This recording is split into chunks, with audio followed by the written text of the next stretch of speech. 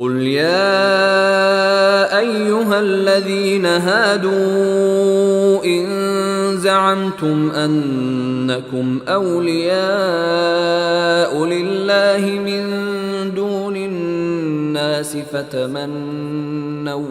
فتمنوا الموت إن كنتم صادقين۔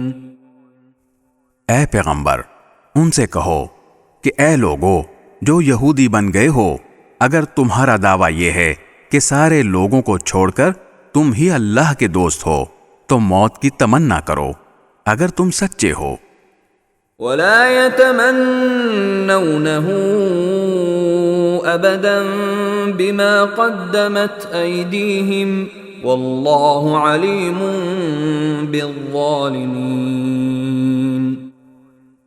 اور انہوں نے اپنے ہاتھوں جو اعمال آگے بھیج رکھے ہیں ان کی وجہ سے یہ کبھی موت کی تمنا نہیں کریں گے، اور اللہ ان ظالموں کو خوب جانتا ہے۔ قل ان الموت الذي تفرون منه فانه ملاقيكم ثم تردون الى عالم الغيب والشهادة فينبئكم بما كنتم تعملون۔